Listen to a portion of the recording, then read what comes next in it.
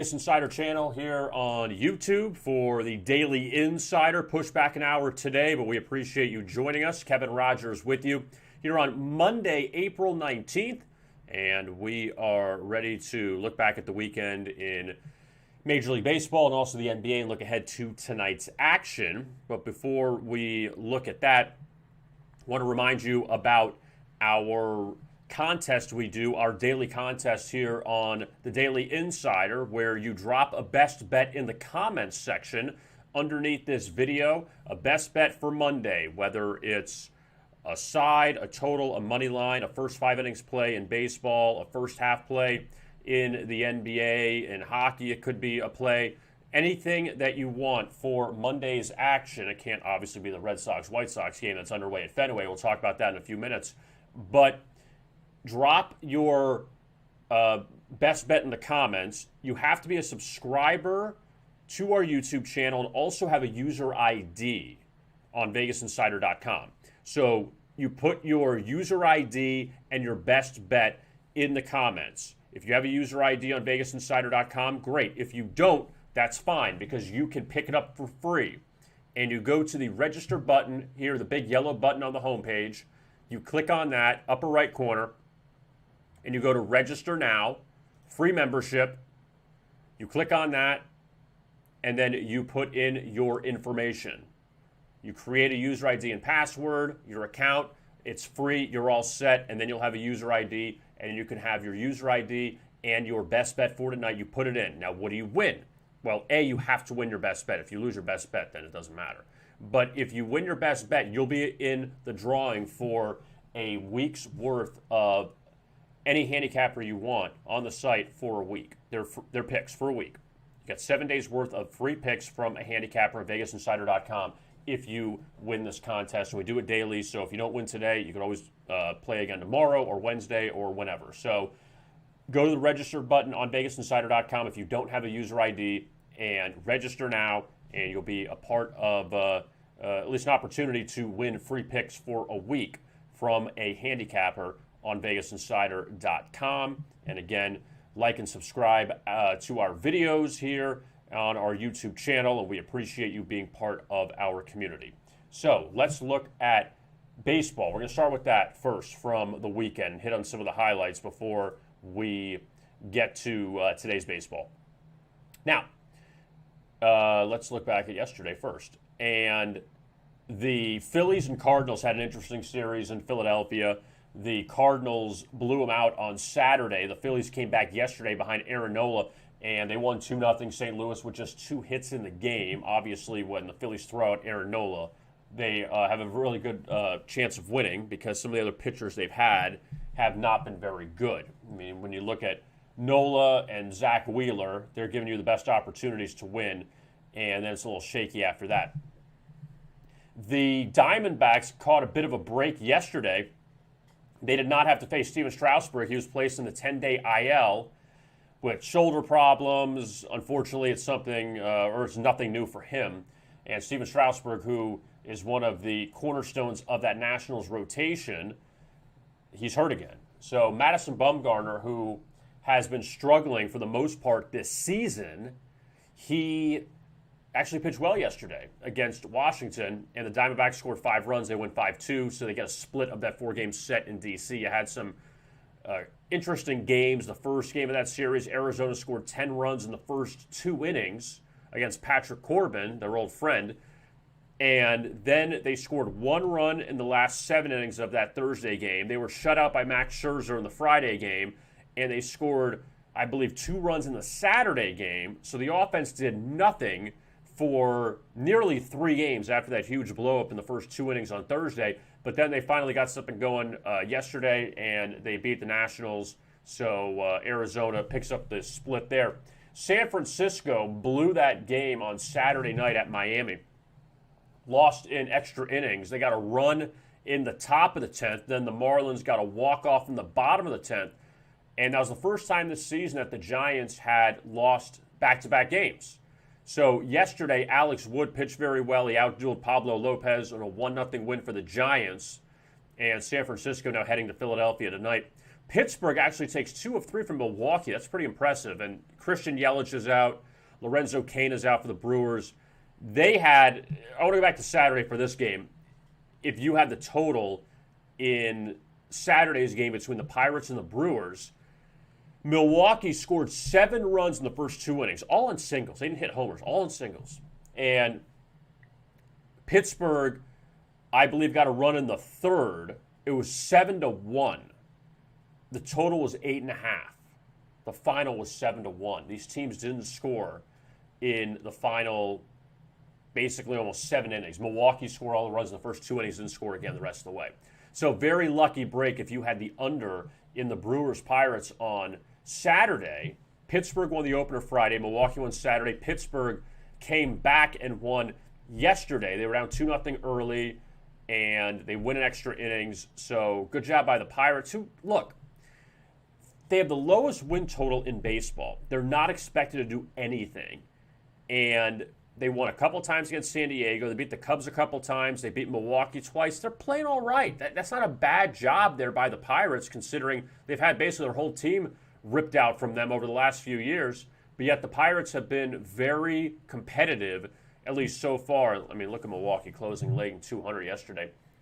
The Mets beat the Rockies 2-1. Marcus Stroman continues to pitch well for New York. So Jacob deGrom, who luckily the Mets won that game in the doubleheader on Saturday because there was bad weather Friday, and deGrom ends up getting lucky because the Mets scored late to beat the Rockies. He's been outstanding, but Marcus Stroman's actually pitched very well too for the Mets so far in their start to the season. In New York, right there towards the top of the National League East, where Atlanta's been struggling, Washington struggled, and the Mets have played well. But they got a 2-1 win yesterday as a heavy favorite. How about this game? The Dodgers and the Padres. LA took the first 2 of that series at Petco Park. Yesterday, you had Trevor Bauer, Blake Snell on the mound. Remember, Snell didn't escape the first inning against Pittsburgh in his previous start. Pitched better yesterday. And for Bauer now, that's back-to-back games that the Dodgers have led, and they couldn't hold on. Granted, not his fault, but L.A. now 0-2 in Trevor Bauer's last 2 starts, and they get 3 in the 8th to bust that game open. San Diego still has not been good at home. They've had their struggles at Petco Park. They lost the series to the Giants, lost the series to the Dodgers. They did win 3 of 4 against Arizona to start the season, but San Diego's had some issues at home, so keep an eye on that one moving forward. They get Milwaukee tonight. How about the Braves? 6 runs in the first inning after the Cubs blew them out on Saturday. Cubs hit 6 homers Saturday. Last night, Atlanta dropped 6 on Kyle Hendricks, who missed extra time due to an illness, and he has not been right this year. Cubs are 0-3, and Hendricks is 3 starts the season. This Bryce Wilson, who started for Atlanta, he put up some decent numbers last year in limited time for the Braves, especially winning Game 4 against Clayton Kershaw and the Dodgers in the NLCS. And the Braves, no Mike Soroka yet in the rotation. Max Fried hasn't been great, but Bryce Wilson, it's a nice addition to that rotation. And for Chicago, after busting out on Saturday, I mean, getting blown out like that by the Braves, that's definitely not good. The Yankees have the worst record in the American League. That is true, and Garrett Cole, laying 240, loses to Tampa Bay. The Rays pull off the 3-game sweep. The Rays now 5-1 this season against the Yankees, which is impressive, but then you look at it and say, wow, New York got the worst record in baseball, so what? And New York took 2 from Baltimore. So the Yankees really have done nothing, and their offense has stunk so far on the season. 3 hits for the Yankees, and they didn't do much in the first few games against Tampa Bay offensively. They're not even losing games, really, in shootouts. And they're just not hitting the ball. So New York, now Garrett Cole, who won his last start against Toronto, now he loses to Tampa Bay. And the Rays, they're playing well. They go to Kansas City, and that American League East at the top. Very interesting, considering Boston, they played well, and Tampa Bay right there. The White Sox beat the Red Sox at Fenway twice yesterday, both 7-inning games. 5-1 was the late game, and 3-2 was the early game. We're seeing a lot of unders in these doubleheaders. of late. But Dallas Keuchel gets the victory for Chicago, and the White Sox took 2. Spoiler alert, bad news for the White Sox today. We'll get to that because they played at 11 o'clock. We'll get to that in just a second. The Royals over the Blue Jays 2-0, and Brady Singer finally broke through because he was winless his first 2 starts, and that was a scoreless game until the 7th. Salvador Perez with a big knock there to give Kansas City the 2-0 win. Robbie Ray didn't pitch too poorly, but 2 hits for Toronto's not going to cut it. Baltimore lost to Texas 1-0 in a great pitchers duel. Both John Means and Kyle Gibson were excellent. Kyle Gibson went 8 innings. John Means went 7 innings. And Baltimore closed as a short favorite in this game. Orioles had a shot to take the lead in the 10th. Trey Mancini had a base hit to right. It was kind of one of those, there's a runner on third, and the right fielder didn't catch it. It landed in front of him. The runner broke late. He got thrown out at the plate. Questionable call, not because if it was a tag or not. He was definitely out from the tag portion. It was more about blocking the baseline was the question on that play at the plate. And they reviewed it, and they didn't call it blocking the plate or blocking the baseline, and then Texas scored in the bottom of the 10th to win it 1-0. So Texas avoided the sweep there against Baltimore. Tough loss for Detroit. They get swept by Oakland, but Matthew Boyd was really good in that game. And Sean Murphy, who's the catcher for the A's, batting 161, hit a solo homer to tie it in the 8th, and then he walked on 4 pitches in the 9th. I don't understand how that happens. How you get guys batting 160 and you can't get them out. But the Tigers scored 2 runs in the final 3 games of that series. Oakland is on fire. I mean, think about how long ago a week and a half was. They were 0-6, and now all of a sudden they've won, I believe it's 9 of 10, which is crazy. Seattle knocks off Houston 7-2, and kind of an odd box there. Astros had 1 hit in the game. Scored 2 runs, had 1 hit. And the Mariners with 3 errors in the game. They broke it open late. In the 5th, there's a 2-run triple there, misplay in the outfield. And Seattle, perfect in series finales this season. They've not lost a game in a series finale. Just something to keep an eye on moving forward. Shane Bieber, he did not get the win his last time out because he went 9 innings in a scoreless game against the White Sox, and then the Indians won in the 10th. But Bieber shuts down the Reds yesterday. Cleveland avoids a sweep at Cincinnati, and Bieber, he's one of the most dominant pitchers in baseball. 6-3 win. And Wade Miley, who actually had pitched well his first 2 starts for the Reds, he gets lit up, which I don't really think is that big of a shocker. And the Twins Angels got called off again due to COVID issues with Minnesota. They hope to play tomorrow. So on tonight's slate, let's go to tonight. Well, let's first look at today.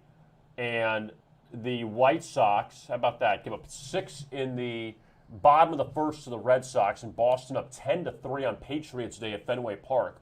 And Lucas Giolito just knocked around in that first inning.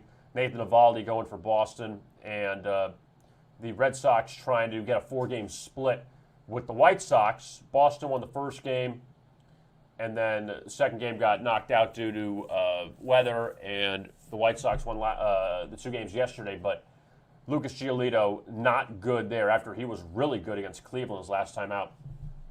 3 games in the National League, kind of a short betting card in baseball tonight, but in the National League, Cardinals and Nationals, Washington with Joe Ross on the mound. He beat St. Louis last week on the road. Jack Flaherty beat the Nationals last week, beat Steven Strasburg in the Nationals. So that's kind of a tough one, I think, to handicap. St. Louis off the loss yesterday to the Phillies. Philadelphia at home against San Francisco. Kevin Gausman had a bad first inning against the Reds. Last time out, pitched well the first 2 starts for San Francisco. Chase Anderson, kind of up and down guy, but the Giants getting some respect there, laying 110 on the road after they lost 2 of 3 of the Marlins. And you see San Francisco at 9-6. Still, look, Philadelphia 7-2 at home, and they're a dog.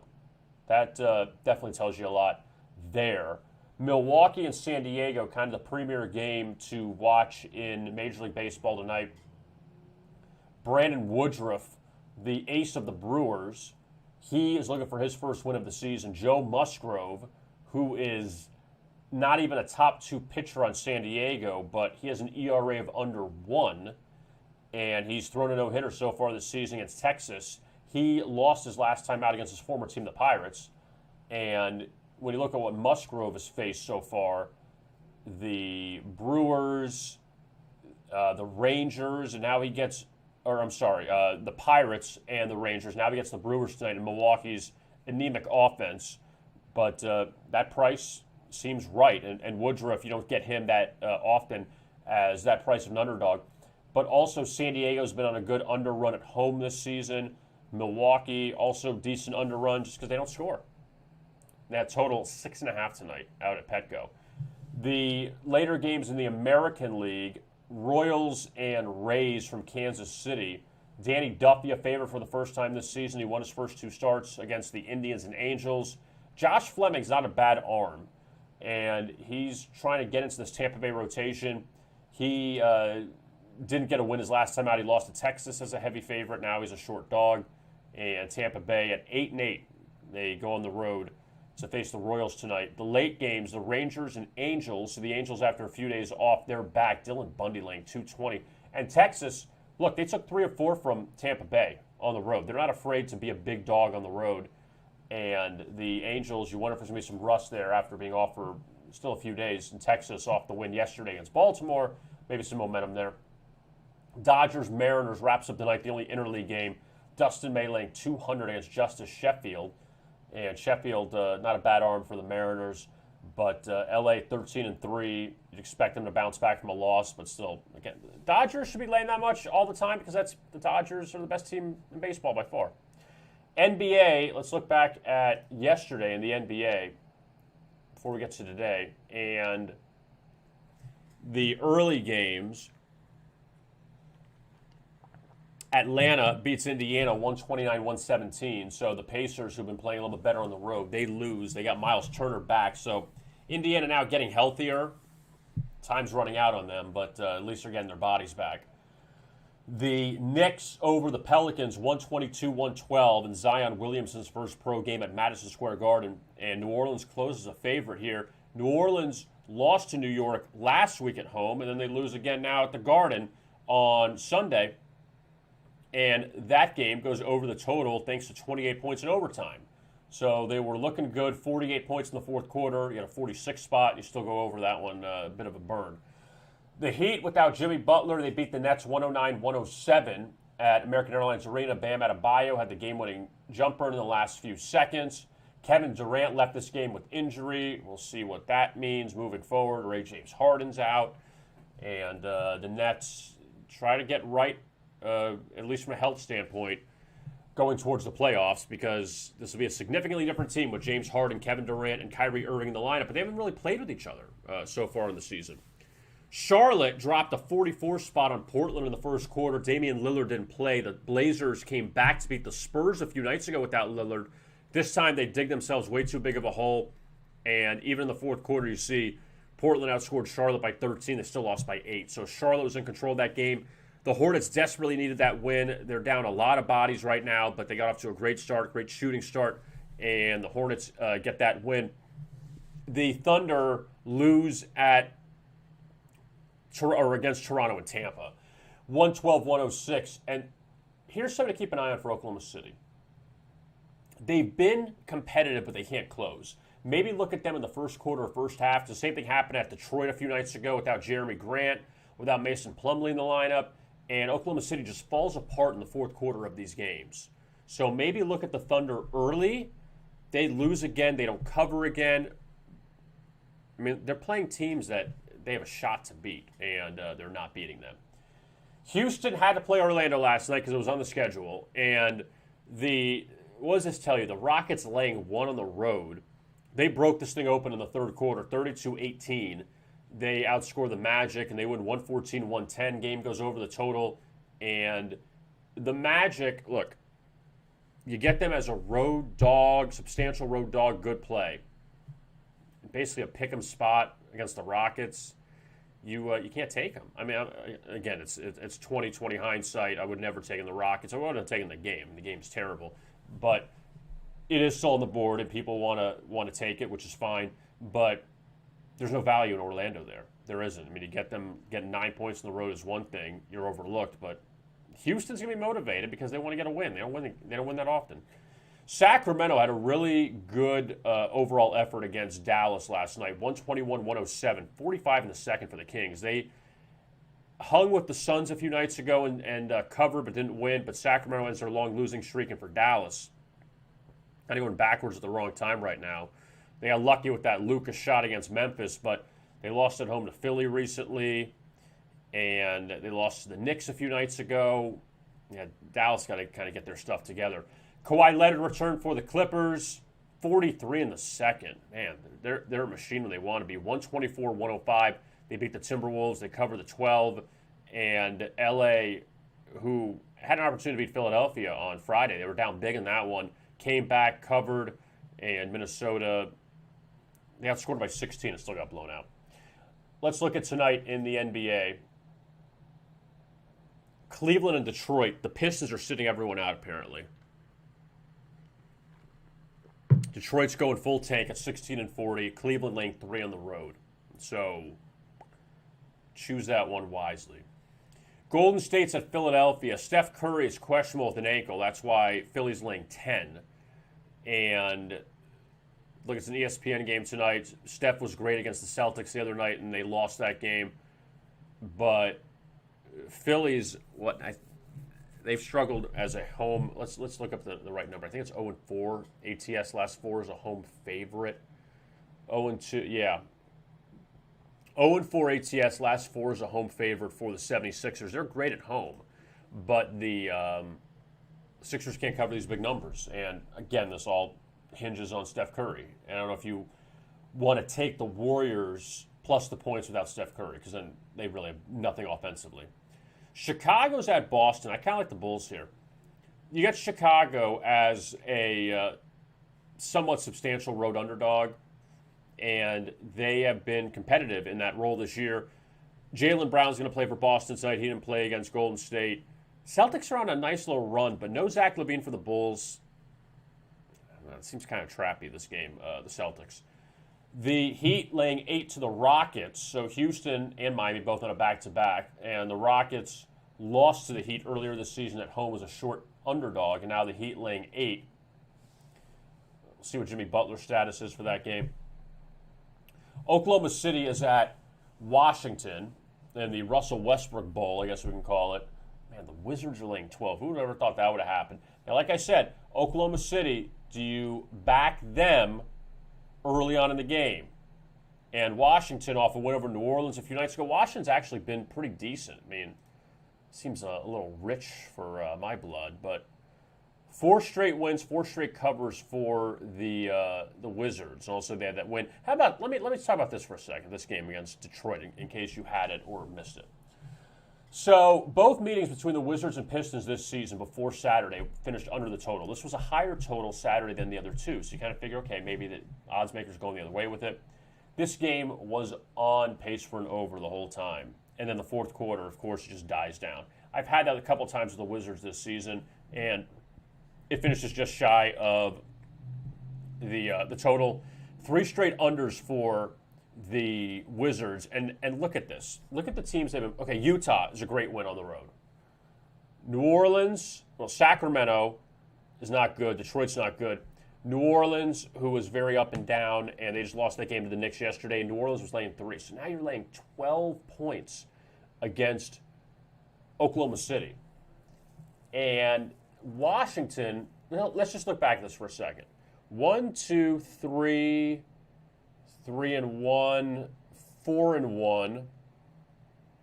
Okay, so 4-1 the last 5 as a favorite. 4-1 straight up ATS as a favorite for the Washington Wizards. But you're laying 12 points. My God. And I know Oklahoma City is not good. I'm not trying to convince you on Oklahoma City, but man, I'll be impressed if Washington covers that game tonight.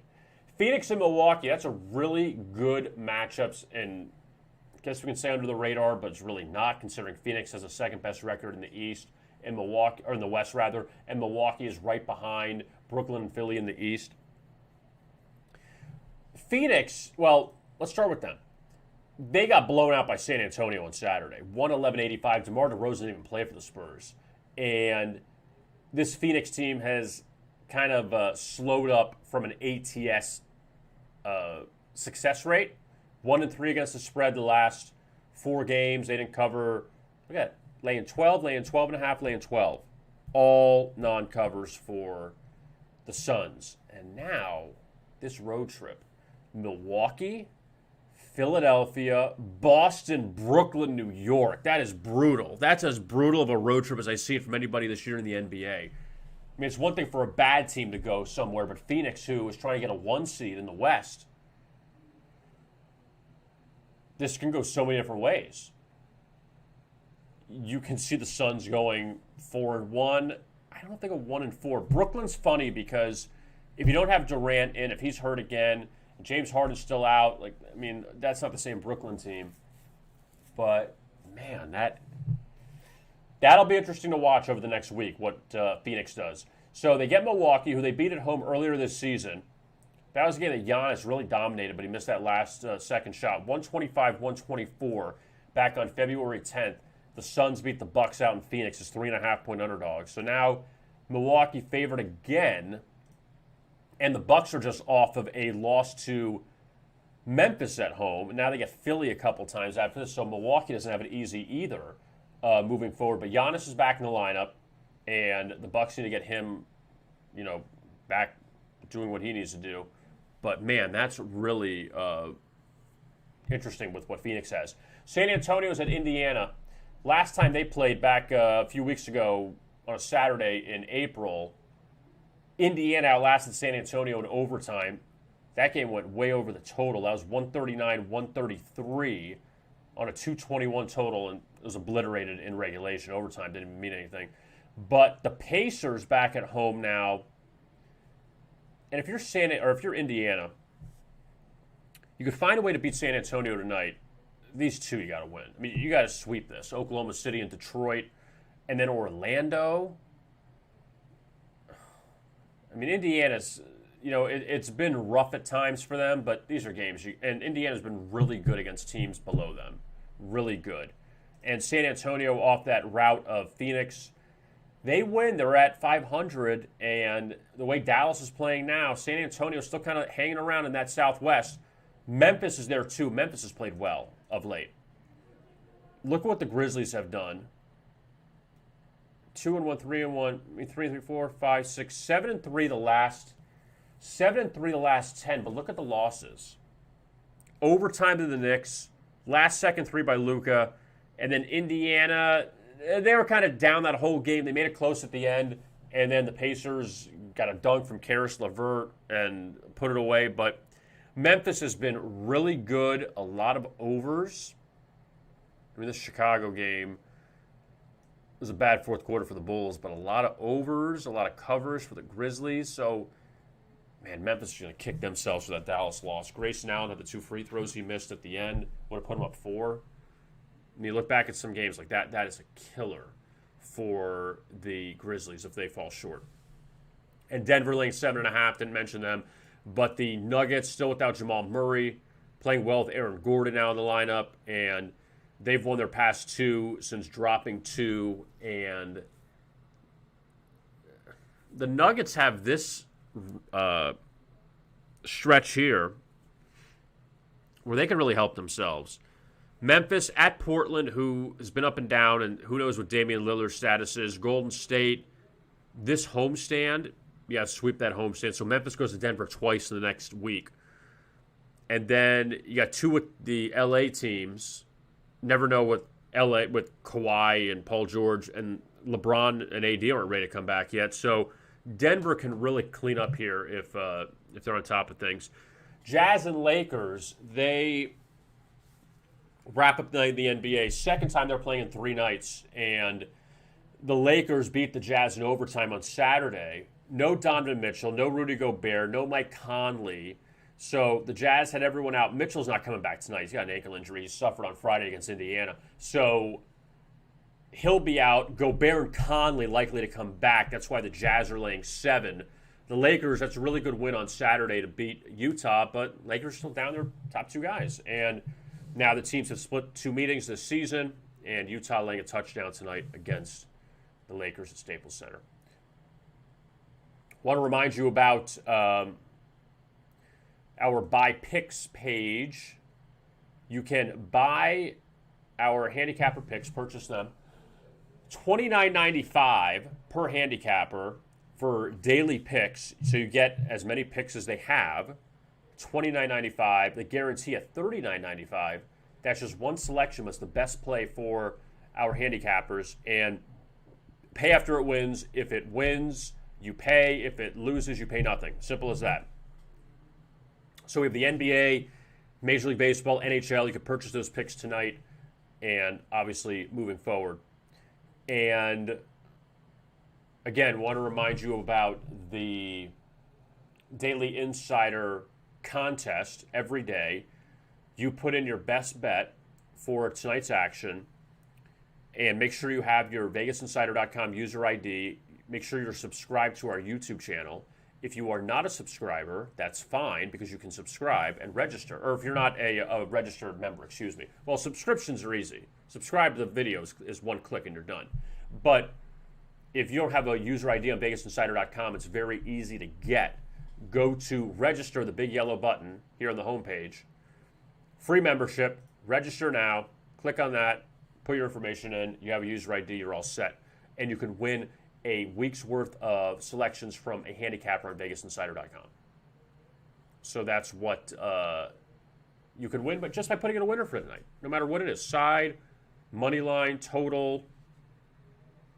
So, and we'll pick out the winner and let you know the winner tomorrow.